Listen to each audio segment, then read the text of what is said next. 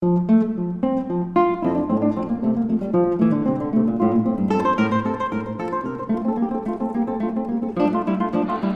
morning, as I've indicated to you in the past, we're wrapping up our studies of the history of the church, really focusing on the Presbyterian church. So if you're here and you're not a Presbyterian, I hope that you'll appreciate, it's not that we've been beating the drum for the Presbyterian church all through this course, but at least one time we wanted to really focus in on our particular, rather distinctive role, especially in American Christianity. And so that's going to be the focus of our conversation in the hour that's coming. So that's where we'll be going. Let's just have a word of prayer and then we'll get underway.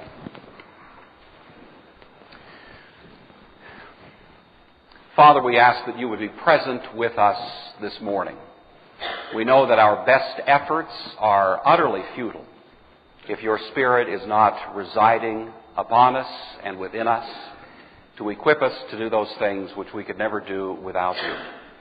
So we invoke your presence and ask that our conversation about the role of the Presbyterian Church in American history would be anointed by your Spirit. We realize there's nothing here to find that's perfect, but we want to learn lessons. We want to learn those things that will incline us to be more faithful servants of yours.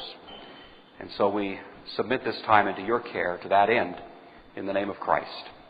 Amen.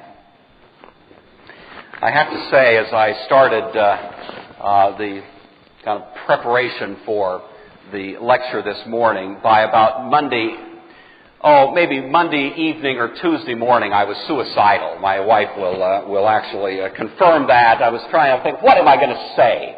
Why did I ever tell these people that I was going to cover American Presbyterianism? That was a dumb thing to do. As I began to see just the incredible, not only complexity, but volume of material to try to trace through some of the themes that are associated with the story of the Presbyterian Church in America. It's almost like a collage, I guess, of different little themes and strands that come along. And if we try to tackle it at that level, then I have to say the whole exercise will end in frustration. Do I tell you about William Tennant, his fascinating story, the founder of Princeton Theological Seminary. Is that a Freudian slip? I don't know. Jim will have to help me with it. Seminary in New Jersey, the wonderful Presbyterian School of Higher Education. Do I tell you about Francis McAmey, who was arrested in New York for preaching the gospel, a Presbyterian pastor? Do I tell you about Jonathan Edwards, who's worth, of course, a whole lecture, indeed multiple lectures on himself, whose first pastorate was the Presbyterian Church in New York? Do I tell you about Samuel Davies, who I mentioned last week, who had a remarkable ministry as a Presbyterian among the slave population in Virginia? And many have traced the roots of Christianity in the kind of black culture at that time to his ministry at that time. Do I tell you about how Presbyterians split among themselves and were divided among their own ranks at the time of the Revolutionary War as to whether or not it was an appropriate thing for this nation to engage in that, but that most of the Presbyterians indeed did support the revolutionary cause, and in fact many of those who signed the Declaration of Independence were card-carrying Presbyterians. Do I tell you about at the time of the Civil War and the war between the states, how Presbyterians of good conscience were on both sides of that question. And while we, from the perspective of history, look at the issues and view them rather simplistically, at the time, the depth of inquiry into notions of states' rights and related topics, not to mention slavery itself, all of which engaged people of good conscience deeply and split the Presbyterian Church, and that split lasted really for about 100 years. Only fairly recently were those two reunited. Do I tell you about some of the great artists of the Presbyterian Church? People like George Duffield, who wrote the famous hymn, Stand Up for Jesus. Or should I rather tell you about Susan Bogart, who wrote, Jesus Loves Me, This I Know. All of them Presbyterians. Or should I tell you about the Presbyterian missionaries, people like Whitman and Spalding and Whitworth, who came out west to have ministry among the Native American population? Should I tell you about the one tiny little village of natives, Native Americans, who were waiting and had a tradition and legend among them that someday some people would come and tell them the message that would come from the Book of Life? And when these Presbyterian missionaries showed up, these people said, "That's it," and they converted wholesale to the Christian faith. Or should I tell you about Sheldon Jackson? Sheldon Jackson, who stood about 5 feet tall and was a dynamo of missionary activity in the West. The person after whom the Sheldon Jackson College, of course, in Sitka, Alaska, was named. Between the years of 1869 and 1881, he logged on horseback not less than 26,000 miles a year as he was going around preaching the gospel. He was called the St. Paul of the United States because of the sharpness of his theological acumen mixed with the irrepressibility of his energy. He was also called the Little Giant of America. Should I tell you about Susan Macbeth and her remarkable work when she founded a Presbyterian colony among the Nez Perce Indians around where is now Lapwai, Idaho? Should I tell you about the great modernist controversy that arose about the turn of the century, when again Presbyterians were really in a struggle between the so-called old school and new school, and great theological minds were brought to that. People such as Benjamin B. Warfield and G. Gresham Machen and others who brought such depth and riches to the conversation in that great controversy. Should I tell you about the American presidents who were in fact Presbyterian? Or should I mention to you that Fred Rogers of Mr. Rogers' neighborhood is an ordained Presbyterian pastor? I don't know. I don't know which of those I should tell you about. But I'll tell you what I am going to focus on this morning is not any of that, but just to mention it to you in passing, but rather a slightly different theme, which goes to a topic. You may think I'm overstating this, but I'm going to go ahead and be bold because after it all, it is the end of the church school year, and so I can be a little reckless at this point. But I think it could be said that when you think about how it is that the United States itself was formulated, what the theories were that were brought to the constitutional philosophy that went into our entire understanding of a self-governing republic, it could be said that had there not been a Presbyterian church, there possibly could not have been a theory of government such as we find in the United States. That we are, in terms of civil polity, Presbyterian. Now I realize if you're not a Presbyterian and you're here, you probably think I'm really way out on a limb. But let me at least try to develop that thesis a little bit with you this morning and see whether you see anything to it.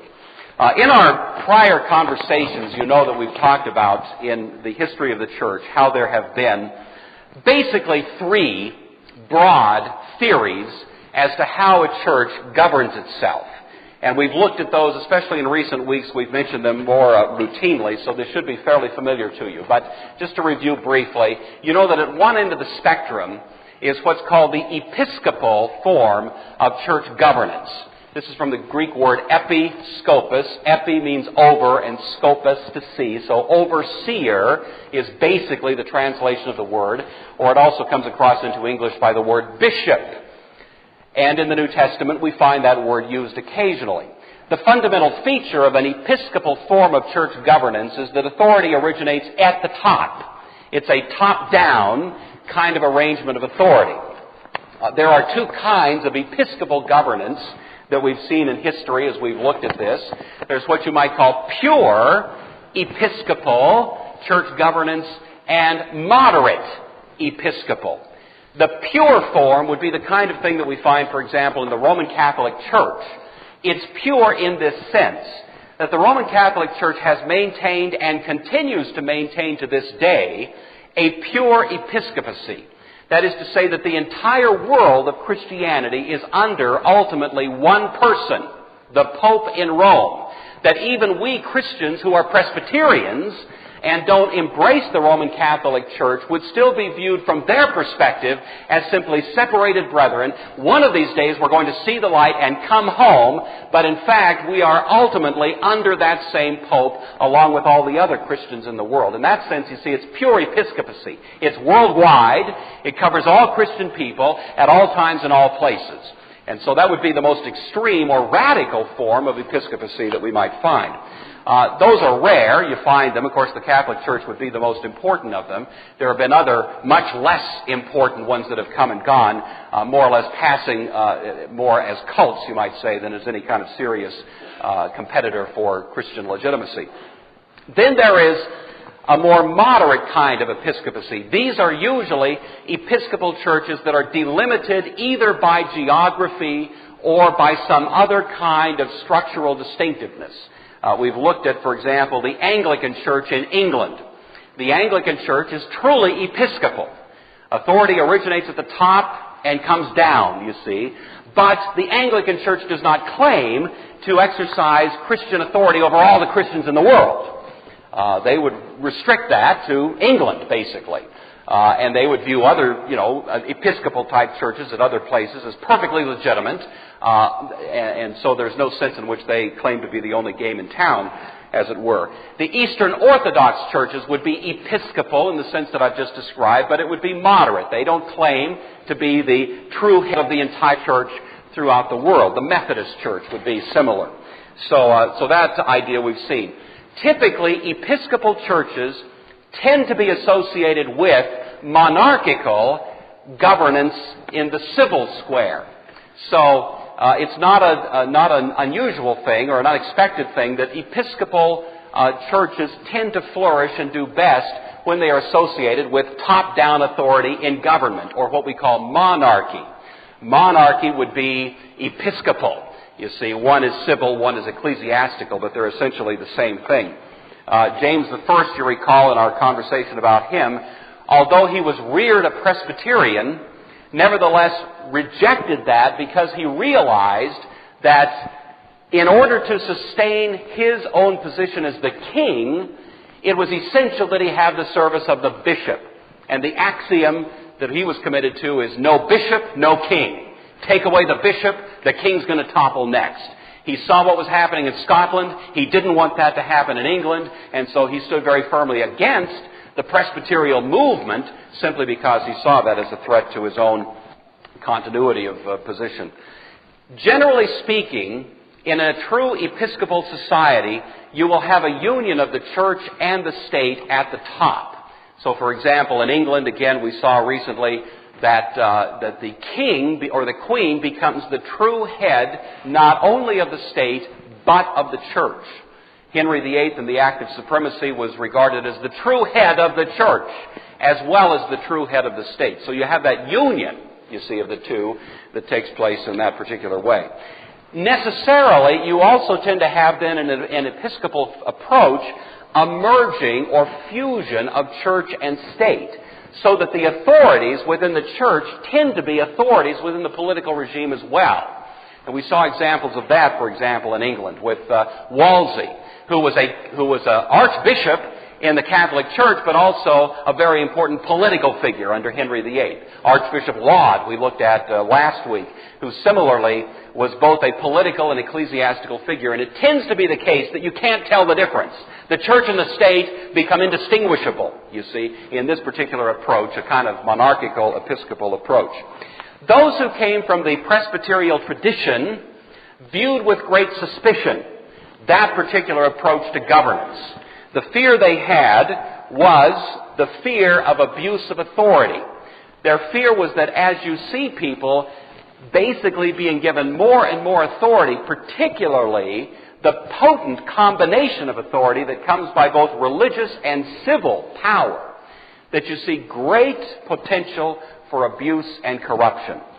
And so those in the Presbyterian tradition were extremely reticent to recognize that kind of more or less limitless authority being given to one person or to a few people, because they had both by theology and by recent history learned that those kinds of arrangements can lead to terrible abuse. And so, but anyway, that's one end of the spectrum, the episcopal approach. On the other end of the spectrum, you have what is generally called the congregational approach, the congregational approach. In this particular style of church governance, authority originates at the bottom. And by that I simply mean it starts at the grassroots. It's the congregation that gathers together that becomes the seat of authority within the life of the church. Now again, there are two kinds. Just as there's kind of a pure and a moderate Episcopal approach, there's a pure and a moderate congregational approach. The moderate approach would be what we usually call democratic government. It is simply the idea of majoritarian rule. We all get together, we form a congregation, and as we come across questions, we put the questions to the group, and the majority rules. And so it's pure democracy. And that congregational approach tends to be pretty much standard fare in churches that are congregational. And of course, you know many congregational churches. Baptist churches tend to be congregational. Congregational churches, the congregational church as such, tends to be congregational, as do certain others. There is also, and I have to be very cautious here because it's a confusing use of terms, but what you might call a pure congregational, but it's not really congregational at all. And I guess a better term might be radical individual, that you find even further down the spectrum at that end. This would be the idea that authority does not ultimately reside in the majority, but it ultimately resides in the individual conscience. That a person's conscience is the final court of appeal for truth, you see. So it's radical individualism. There are many examples of it, particularly in the mystical tradition in Christianity and various other movements, but probably the most well-known example that I could appeal to right at the moment would be the Quakers.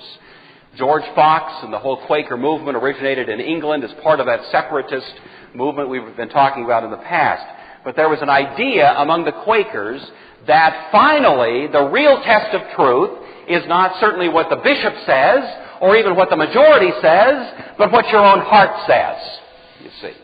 And that your heart is finally answerable only to God. And no human institution can bind it. That your heart finally is the place you go to find truth. There was a doctrine among the Quakers called the inner light. The inner light was the idea that God will speak immediately and directly to your individual psyche, to your soul, to your conscience, and advise you of truth. And that truth may even overrule the Scriptures, you see. That's the final test. A very high view of the sanctity and inviolability of the conscience. If I could put it in these terms, the Episcopal view ultimately creates one pope over all the world. The radical individual view creates another pope. But in that case, it's the pope, as it were, of your own heart, your own conscience. And those are the two extremes. Those, again, in the Presbyterian tradition were equally suspicious of those movements that were on the congregational end. They saw equal possibility for abuse over there as they did on the Episcopal side. They had a fear, first of all, of democracy. This is always one of the most surprising things to me, is to hear how many people describe American civil governance as democratic. That would cause the framers to go berserk, you see, because they were hostile, positively hostile to the idea of democracy. They viewed majoritarianism as a grave evil. Madison, for example, was clearly aware that a majority can only be one small step from a mob. There is such a thing as what you call the tyranny of the majority, where the people, just because they are in the majority, can swamp and overrule and destroy and tromp down and ignore the rights of those who are weak, voiceless, disenfranchised, and otherwise don't have any kind of political clout.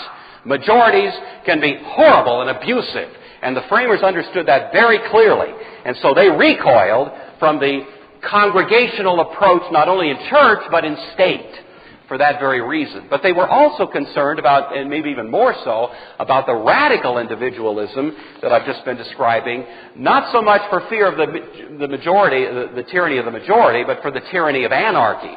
Because they believe that when you in fact do vest in each individual person a kind of utterly sacred turf where they can be their own truth, you see, and there's no place to go from that, no sanction that can be imposed, then in fact what you create is not society but the jungle. And in a civil order, they believe that that would never work. And so they responded to both. You see, they were reacting to both. Both the Episcopal over here and the congregation over here. Those out of this Presbyterian tradition found that each of them represented a kind of fearful threat to liberty that was part of their concern all the way through. I might say that just as the Episcopal approach tends toward a uniting of church and state, the Congregational approach tends to a radical divorce, fixing a gulf, as it were, between church and state, so there are no connections whatsoever. You can see why this kind of radical individualism makes truth basically utterly private, mystical, sub-rational, and subjective. And so there's nowhere to go with it. It operates inside a little cocoon, a sort of closed space, and there's no way to build a bridge from that inner world of faith to the public square and the public discourse about matters political or matters commercial or matters anything else. You see, it all is sort of an inward, private kind of affair, and hence what actually comes out of that is no connection whatsoever. The state really operates more or less autonomously, and the person of true faith tends to escape from it rather than participating in it. So again, that was part of why the reaction was voiced among those in the Puritan and Presbyterian tradition. So, what to do? You have many of the people who were part of the think tank, as it were, participating in thinking through how do we want to create these United States, how do we want to put in place a system of self-governance that avoids both of those errors, and yet at the same time, whatever value or truth may be found there is incorporated. And what came out of that really from Calvin was what's called then the Presbyterian approach to government. And I'm just going to say to you that in the United States classically, we have had a Presbyterian approach to government. We've had it in the church as Presbyterians, but we've also had it in the state as our constitutional form of government. And it's no accident that Presbyterians were so substantially involved in the conversation at the time that these ideas were going on. What does it mean to be Presbyterian? There are basically two undergirding principles that explain what it is to be Presbyterian in our view of government. One of these principles, in a sense, tips its hat to the Episcopal insight while avoiding, hopefully, its error from the Presbyterian point of view. The other principle tips its hat to the Congregational insight while avoiding at the same time its error. So these two principles, in a sense, recognize the contribution of both ends, but try to steer a course between them that avoids the reefs, the hazards that are otherwise lurking out there on either end of them. So what are the two principles? The first one would be what's called the rule of law. The rule of law. And the second would be what's called representative governance. So those are the two principles. The rule of law, representative governance. The rule of law, in a sense, is acknowledging that there must be rule. That's something the Episcopal Church got right and the Episcopal state got right. There has to be rule. You cannot have the jungle. You cannot simply have anarchy. You have to have rule. You have to have order, you see. But not the rule of people. The rule of law, the rule of principle. At the same time, there was a recognition that there must be a meaningful role for people to play. Hence, representative government. That's the recognition that the Congregational side had something to say. You can't simply have a sterile rule of law where people are, in a sense, non-participants, having no recourse, as it were, because sometimes we get the law wrong. Sometimes the law needs to be amended. Sometimes we need to fix it. We need to, do things that reflect a growing understanding of how the law applies. And so we don't want to rule out the participation of people. We don't want to simply submit ourselves to the arbitrariness of a king who may be a despot, but at the same time we don't want to just plunge into a kind of majoritarianism which may begin to serve the wrong interests and so on. So there has to be some role for people to play, and the answer that came out of that conversation was there's representative governance. So what I'd like to do now is try to talk about those two principles. First of all, rule of law. I'm not going to tell you, because it would not be correct, that Calvin was the first one to think about the rule of law. You can go clear back to the ancient Greeks, and you'll find that the idea being kicked around. The notion of a rule of law is certainly something that's been in the conversation in classical Western thought for many years. It would be fair to say, however, that Calvin in Geneva was the first one who actually attempted to implement in the real world an idea of the rule of law. Now, probably within one short lifetime, it wasn't possible for that to take place in anything that Calvin would have hoped or envisioned, but at least it was a kind of start in that direction. But it did plant the seed in John Knox's mind of a rule of law, and he took that notion to Scotland. Eventually it came to England, and of course a great product of the Puritan movement itself was one of the greatest political theorists of that time, whose name was Samuel Rutherford, who wrote a book which was entitled Lex Rex.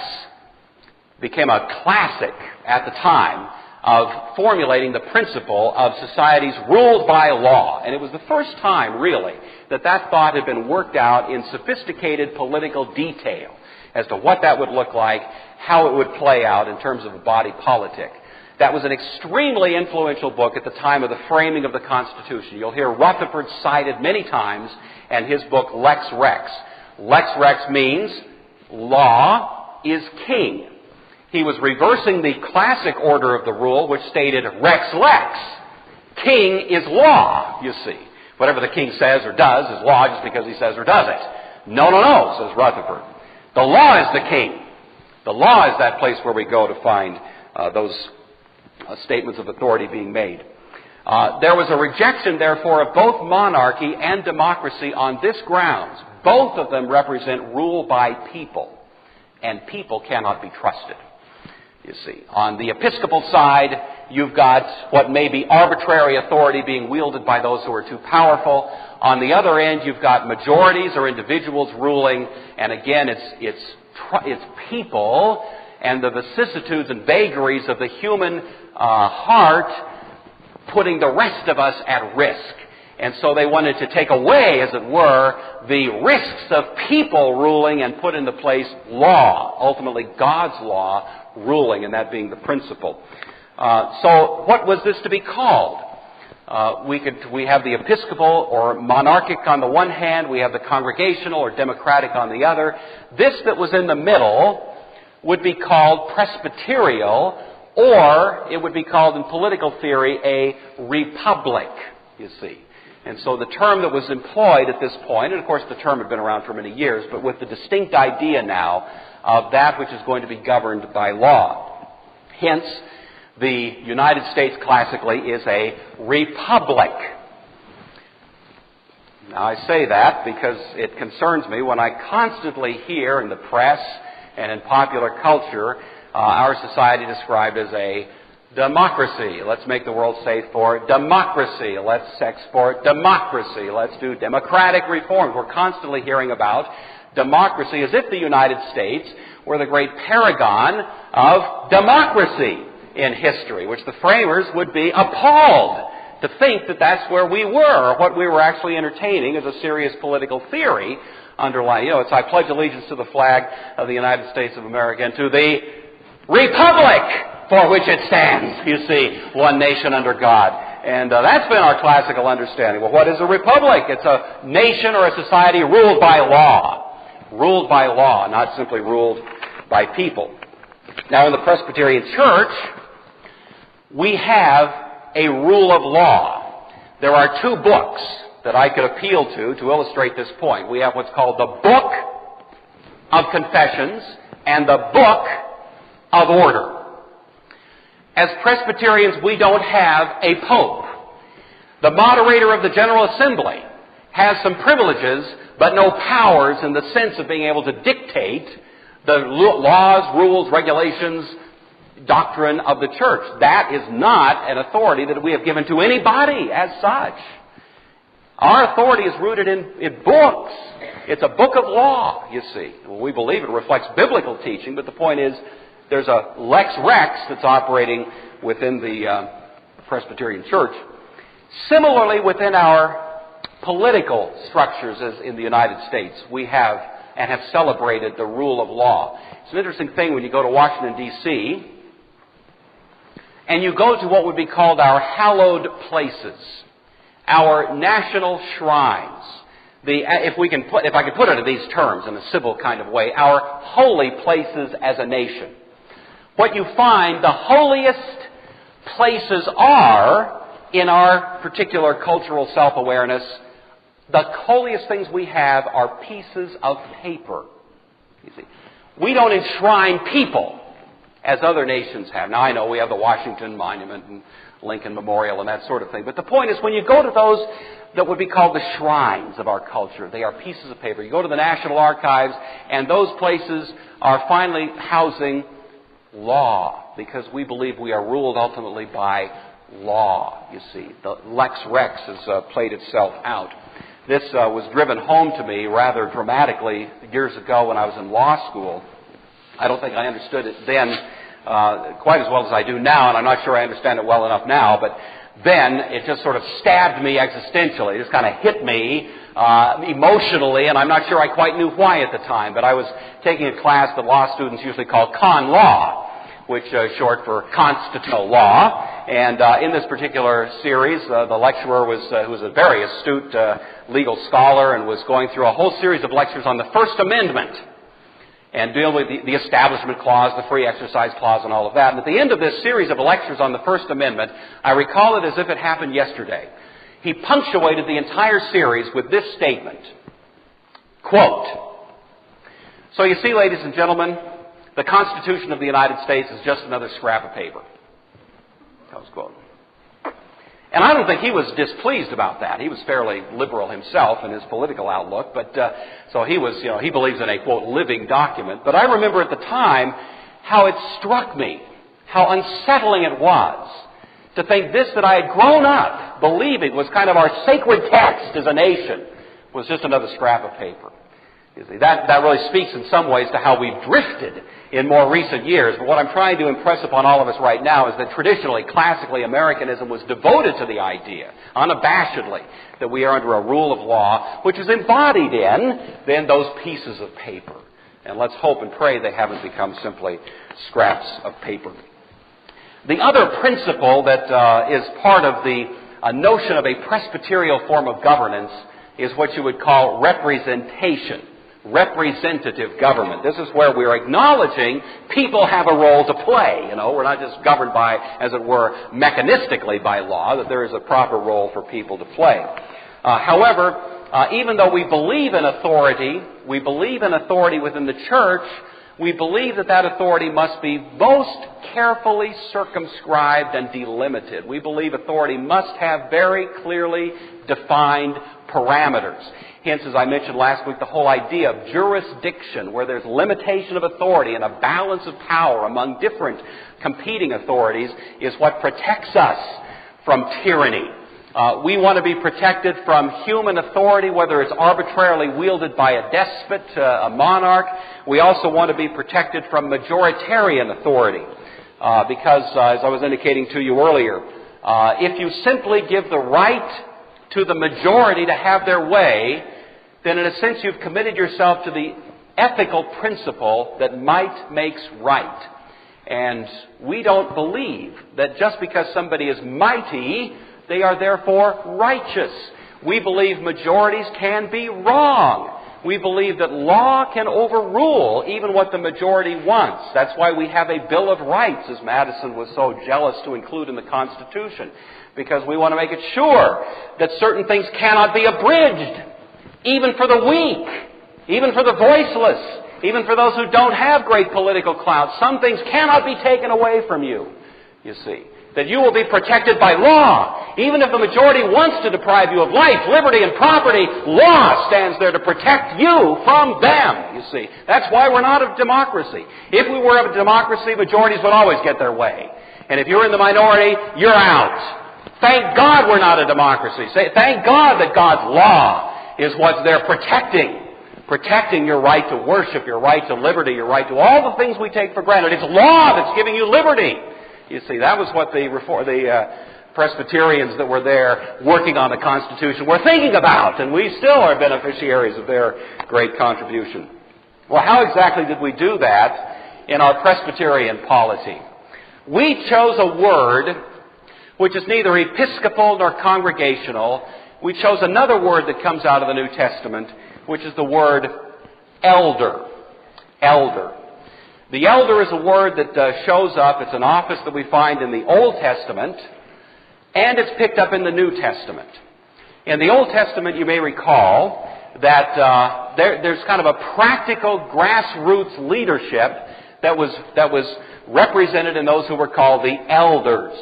And though there were bureaucrats, there were kings, there were princes, there were ecclesiastical officers and all of this, you never lose sight in the Old Testament of the elders. And they would gather the elders together to get their counsel, to use that as a means of communicating to the people. And the elders were very important, even though they were not any kind of bureaucratic office as such. In the New Testament, the idea of the elder is picked up. And when churches are organized, the leadership is vested in those who are called elders. Now, the Greek word for elder is the word presbyteros. Hence, Presbyterian, you see. So we are an elder-oriented approach to leadership within the church. And in a sense, among Presbyterians, there is no higher authority than the elder. The elder. Now, we have various institutional levels. We have the session, we have the presbytery, we have the synod, we have the General Assembly. But all of those, you see, simply represent levels of service performed by elders. We have ruling elders, we have teaching elders. Teaching elders are usually the ordained pastors. Ruling elders are people that are lay people that serve on the session in various capacities. But ultimately, you know, it's not like pastors get 2 votes and lay people get 1 vote. An elder gets a vote, because we are an elder-ruled organization. Now, that's the idea of representative government. No one inherits the right to be an elder. You're not born into it. It's not a dynasty kind of thing, you see. What's the standard? Biblically, the standard is that we are to look among ourselves as we are a congregation together and recognize by the grace of God that there are some among us who are distinguished evidently by experience, by knowledge, by wisdom, by balance, by maturity, by all the evidences that suggest that they are in a role to lead and have vested in them authority. Not unbridled authority, not unlimited authority, but authority to lead the rest of us. So we're not congregational. We vest in those people, and in the college of those people, called the session, the right to make decisions on our behalf, in a sense, representing us.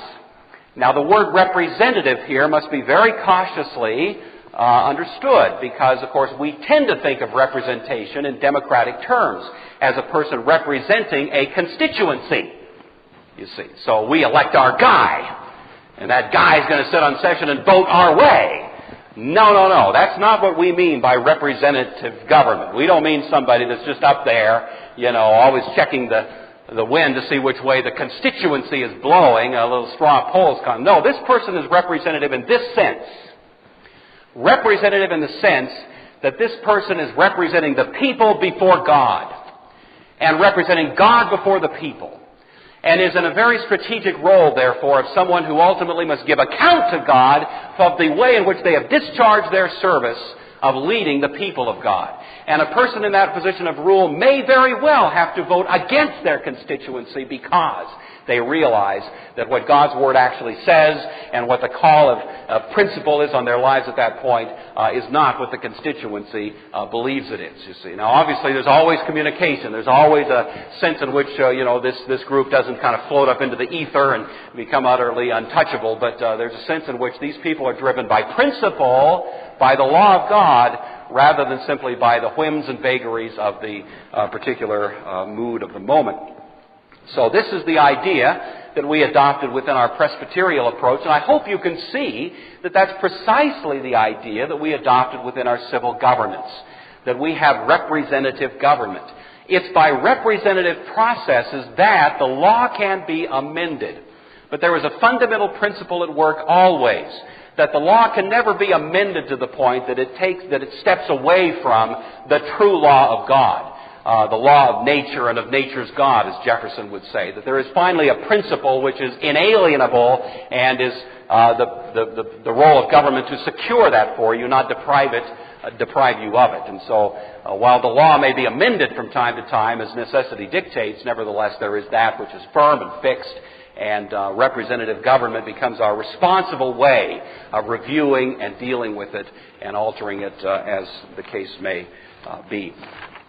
So that hopefully gives us a little bit of food for thought. There's some other basic principles. The one I focus on is this whole notion of Presbyterian governance, ideas related to the relationship between church and state would be a separate conversation that I'm not going to go into, and there's a few others.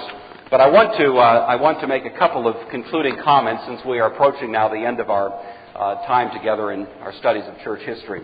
The one is that I did indicate to you last week that I would like to do a little bit of a sketch of the history of First Presbyterian Church. Ain't going to happen, but what I'm going to do instead is say this. There are two wonderful scholars in our church, Nicky and Alfred Gray, who in 1983 published this wonderful history of First Presbyterian Church, Many Lamps, One Light. We should all have it in our books, in our houses, on our coffee tables. We should be reading it constantly because it's got pictures. It's wonderful, and it gives a history of this church, which I think can cause all of us who are members of First Presbyterian and participants in it to have, in the very best sense of the word, great pride in the heritage of what God has done and the grace that God has poured out on this congregation through the years. And so I want to once again congratulate the wonderful authors and helpers in the publication of this, and hope that if you haven't ever come by a copy, I think you still can, even though they've been around now for nearly 20 years. But it's a great resource, and it will give you the piece that I did not cover in this course, which I apologize for because I told you I would. I just let you down, but that's the way it's going to be. The other little concluding remark I'd like to make was brought to my attention by my very astute, helpful helpmeet, my wife Candy, who said, you've gone this whole year using the title, The History and Destiny of the People of God. We've heard a whole lot about the history. We've heard zip about the destiny. I mean, this is a little false advertising here, it seems to me. You should at least say something about where is it all going.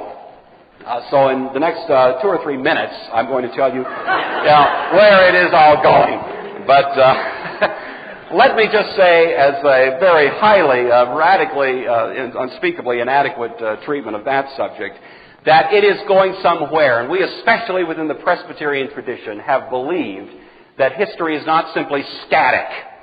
We have not believed with the dispensationalists that it is spiraling downhill into an abysmal, tragic conclusion. We have believed rather that God is doing something and He is building something in history. And as we look at the long sweep, we're going to see over time, and it may be many years in the future, well beyond any of our lifetimes, we're going to see God finally bringing about a great, glorious expression of the prevailing influence of the gospel all through the world.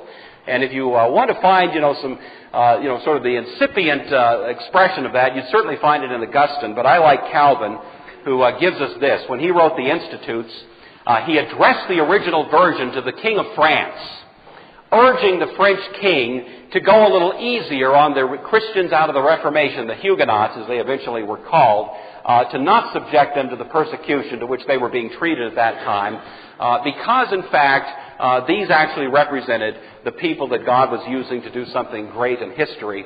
And he gives us a wonderful quote that I'd like to use as basically a concluding statement for our studies here. Calvin says, quote, "Let not a contemptuous idea of our insignificance," referring our here are these Reformed Christians, "of our insignificance dissuade you from the investigation of this cause." He wants the king to investigate the cause. "We indeed are perfectly conscious how poor and abject we are. In the presence of God we are miserable sinners, in the sight of men most despised. We are, if you will, the mere dregs and offscourings of the world, or worse, if worse can be named, so that before God there remains nothing of which we can glory save only His mercy, by which, without any merit of our own, we are admitted to the hope of eternal salvation, and before men not even this much remains, since we can glory only in our infirmity, a thing which, in the estimation of men, is the greatest ignominy, even tacitly to confess. But our doctrine must stand sublime, above all the glory of the world, and invincible by all its power, because it is not ours, but that of the living God and His anointed, whom the Father has appointed king, that He may rule from sea to sea, and from the rivers even to the ends of the earth, and so rule as to smite the whole earth with its strength of iron and brass, its splendor of gold and silver, with the mere rod of His mouth, His word, and break them in pieces like a potter's vessel, even to the magnificent predictions of the prophets respecting His kingdom. And there has been, as I've tried to illustrate in the weeks past, an irrepressible conviction among those, especially in the Reformed tradition, that history is going somewhere. And that you and I, whether we play a fairly visible role or a rather invisible role from the perspective of people, nevertheless play a strategic role from the perspective of God, because we are, as Peter says in the New Testament, living stones which are being installed brick by brick into a glorious temple that God is gradually building, spreading His gospel throughout the world, so that the time will come when the knowledge of God covers the earth as the waters cover the sea, and we will see the entire planet bowing the knee and acknowledging that Christ is Lord, to the glory of God the Father forever and ever. Amen. Well, thank you all. It's been a real treat for me to run this series through this last year. I've appreciated your faithful attendance. I hope you have a wonderful and blessed and refreshing summer, and I hope to see all of your shining faces back in the fall when we take up our studies of the book of Acts. Let's have a word of prayer, and we'll go ahead and be dismissed. Our Father and our God, we are amazed at the wonder of your sovereignty, as much as we are amazed at the wonder of our incapacity and incompetence. But we know that you have been pleased to use something as imperfect as each of us to accomplish those great purposes and perfect purposes that you've ordained in history. We have such privilege to be a part of it.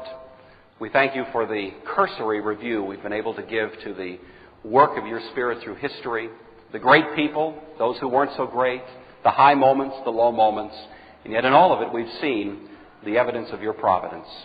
We're grateful to be part of that story. Pray that you would continue to bless each of us as we seek to be those who help to, by your grace, build the kingdom. And we pray with all of your people throughout all of history, thy kingdom come. And we ask this in the name of Christ, our Lord and King. Amen.